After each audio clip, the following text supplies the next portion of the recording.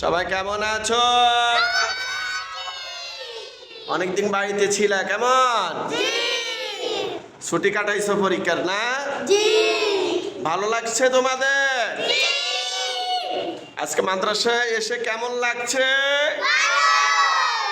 প্রতিদিন চলে আসবা, কেমন? মাদ্রাসা খুবাইবা না?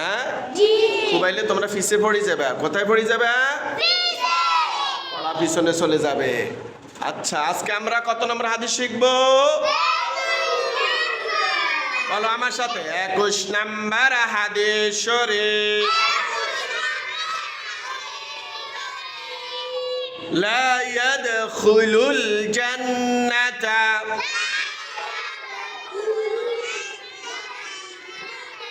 কাতিউন।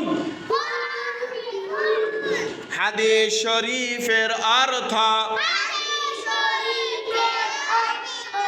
আত্মীয়তা চিহ্নকারী বেহেশতে প্রবেশ করিবে না।